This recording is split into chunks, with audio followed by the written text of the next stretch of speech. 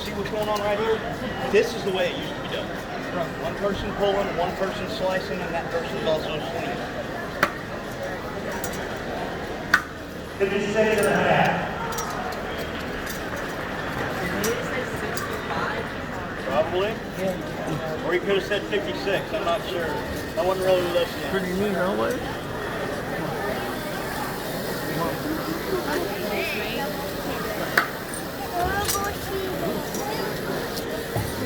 Are you watching? We're gonna put the snake right there and chop his head off. Woo! That's a big one. Oh! You notice how I pop it whenever I pop it when I'm going out? That's why you don't need somebody else over here holding them as we do it. The person pulling them, what they're doing is pull it out the top and lay it down. Right? It goes a lot. Okay, it goes to turn 2%. Watch, ready? Pop, lay it. That's it. Alright. That'll be for your old man for now. How are y'all? Well, thank you. Beautiful. Oh! And that's and that's why. Look at each other. Oh gosh.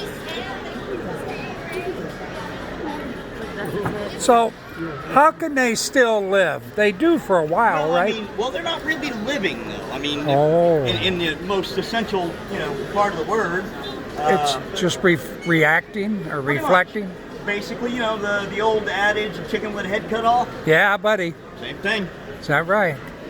right? But they're capable of still striking or biting or... Oh, absolutely. Yeah. You saw this one moving around all over I the did. place, right? I did. Wow. So, Wow. all right. We'll get a biology lesson here real quick.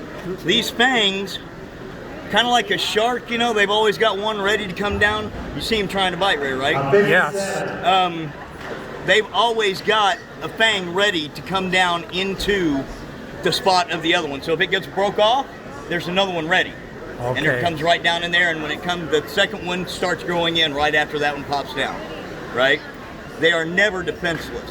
This guy didn't quite make it to the milking pit. And that yellow stuff on my knife, that's the bullet. That's the heat right there. That's the stuff. So It they're doesn't like take... hypodermic needles, right? So they're hollow on the inside. Oh. And they're very extremely brittle, except for the fact that when they're striking at you, they're doing it at 90 miles an hour. And so we know that, something very small at a very high rate of speed will go through just about anything, right? So that's why we wear these Kevlar boots, to make sure that we don't get that when we're back here fooling around. I guess that's really about it. Anybody else have any other questions? All right. So this is a Western Diamondback, Yes, sir. It's a Western Diamondback rattlesnake. and I was reading a little bit. As poisonous as it is, the Eastern Diamondback is more poisonous. I'm not Or really no? sure about the toxicity of the venom. I Okay. couldn't give you a fact on that, sir. I'm Okay. sorry. I can, however, from experience, tell you that Eastern Diamondbacks are a little more aggressive. They get upset a little easier, and they're a little harder to handle because they're a little bit bigger. Oh, they Eastern are. Diamondbacks are longer, not usually quite as big around, but they're bigger snake. And they also won't have, they'll look just like these guys, only they won't have a coontail down by next to their rattles. So how long will their head seem Hours. almost alive before it quits? Hours. You hear the old adage, bury it and don't dig it up till the sun goes down? He don't know when the sun goes down. If he's underground, he don't care. He really don't. And that venom will be toxic as long as it's in liquid form. And then even then, you shouldn't have to be as careful with it. So if you ever have to cut one off, bury it, don't go back, bury it deep so that your dog don't go dig it up, Really? right? Wow. Wow. Bury it deep. Either that or you could do what I do. I carry a mason jar when I go out on calls and I have to eradicate snakes. I carry a mason jar and toss the heads in the jar and then throw the jar away later. after they're all dried out. Wow.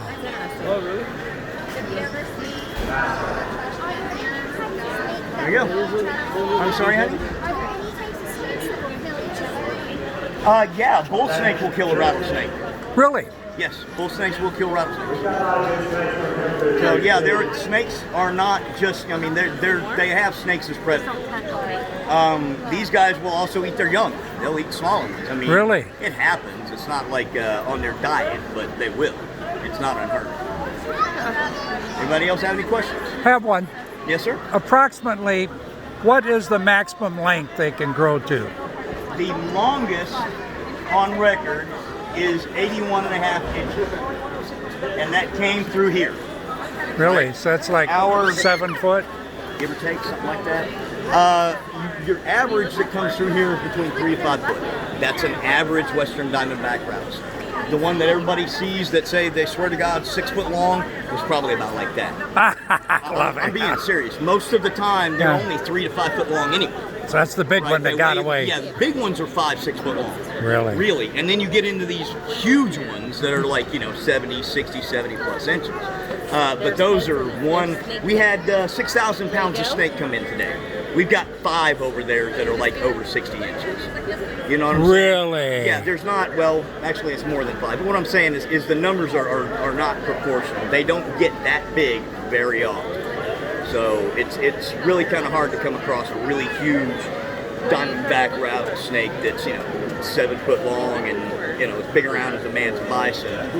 And then when they don't really truly hibernate, correct?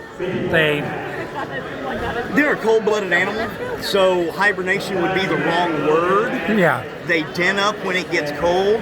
Their systems slow down so much that they literally just kind of quit moving. If a snake is cold enough, you can reach down and just pick it up, and he really just don't care. Really? It gets to that point, like when we're down at the Capitol, because we go down Super Bowl weekend. The weekend after Super Bowl, the Monday is our first day on the Capitol. And we'll get down there, and it'll get cold. It'll be like, 40, 50 degrees out there, and they don't want to move. They're moving The Capitol meaning where? down in Austin. Oh, Austin. We go down to the Rotunda every year just to kind of show off the snakes, bring awareness. Oh, I see. I mean, this is a huge thing. Yeah, actually, I'm from Nashville, but Cool. but I'm Timber rattlers out there. yeah, yeah, and but I'm a bus driver my whole life.